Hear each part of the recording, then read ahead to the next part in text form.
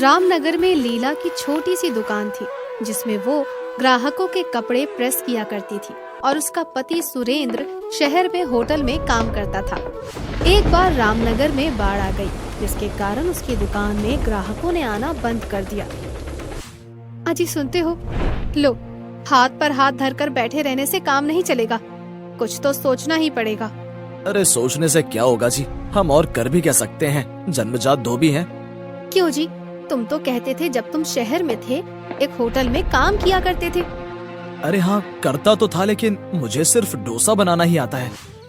लो जी, तो फिर हो गया हमारा काम। तुम डोसा बनाना और बाकी चीजें मैं बना लूंगी। अरे भाग्यवान, डोसा बनाने के लिए कई चीजों की जरूरत होती है। अरे जरा मुझे बताओ तो आखिर शुरुआत करने के लिए किन चीजों की जरूरत होगी? तू भी जिद कर लेती है। चल बना ले लिस्ट। सबसे पहले तो चाहिए प्लेट, कटोरी, चम्मच और डोसा बनाने का सामान, चटनी बनाने का सामान, सांबर बनाने का सामान, चूल्हा और एक साफ सुथरी जगह। अजी ऐसी बात है तो हम इसी हफ्ते इस काम को शुरू करेंगे। तुमने जो सामान बताया आधे से अधिक तो घर में ही मौजूद है और थोड़ा बहुत मैं उधार ले आऊंगी। पहले इसी से शुरुआत करेंगे, फिर धीरे धीरे बिक्री के हिसाब से सामान खरीद लेंगे।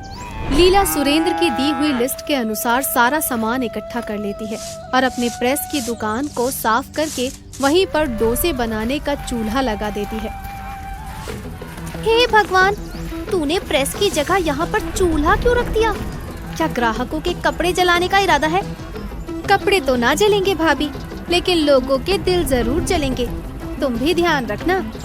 बकवास ना कर लीला, मैं तो पड़ोसन होने के नाते पूछने आई हूँ। अरे मेरी तरफ 24 घंटों में बर्तन मांजने का काम कर लेती तो कोई मुश्किल नहीं होती। चिंता है तो बोल रही हूँ, वरना मेरा क्या। अरे भाभी, मैं तो मजाक कर रही थी। अरे हम डोसा बनाने का काम शुरू कर रहे हैं और आप तो जानती ही हैं, ये शहर में डोसा बनाते थे तो सोचा क्यों ना गांव में भी डोसा बनाया जाए। जरूर आना। लीला की पड़ोसन मुंह बनाते हुए चली जाती है। मन ही मन उसे बहुत जलन हो रही होती है। अगले दिन सुरेंद्र अपनी दुकान को सजाते हुए कहता है, अरे भाई सबको बता, पैसे तो है नहीं पर बोर्ड लगवाना पड़ेगा। अजी तुम तो बस मुझे बताया करो, मेरे पास इसका भी इंतजाम है। जरा ऊपर से पेंट का डिब्बा तो उतारो। लीला ने जल्दी जल्दी दुकान के पुराने बोर्ड पर स्पेशल डोसा शॉप लिखकर टांग दिया और बोर्ड देखकर लोग दुकान पर आने लगे। सबसे पहले पति का भाई, उसका देवर विजय दुकान पर आया।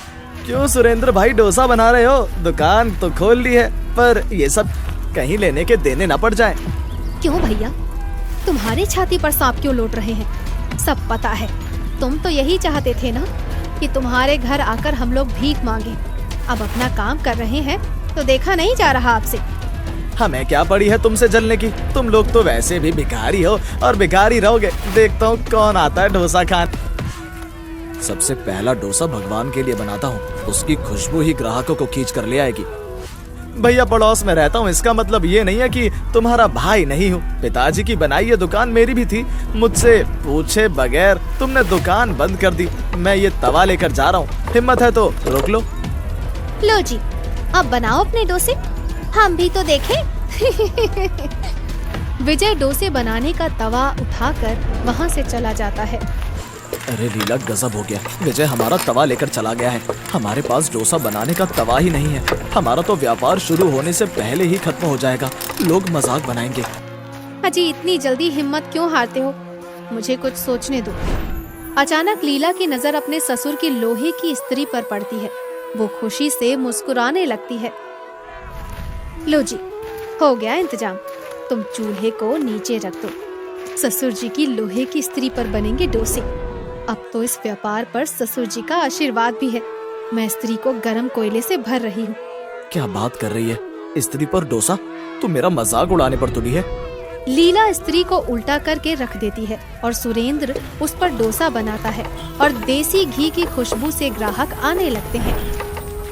अरे वाह सुरेंद्र भाई, ये तो बहुत ही बढ़िया किया। यहाँ तो कोई बढ़िया डोसा बनाने वाला नहीं था और फिर तुम तो शहर से सीख कर आए हो, तो कम से कम कुछ बढ़िया खाने को मिलेगा। जरा मेरे लिए एक डोसा बना दो। भैया मेरे लिए भी डोसा बनाना, बहुत दिन हो गए, जब शहर गया था तभी खाया था डोसा।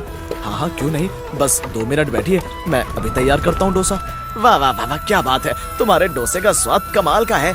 इसमें आने वाली हल्की हल्की कोयले की खुशबू तो इसके स्वाद को 10 गुना बढ़ा रही है। जरा मेरे लिए 10 डोसे पैक कर देना।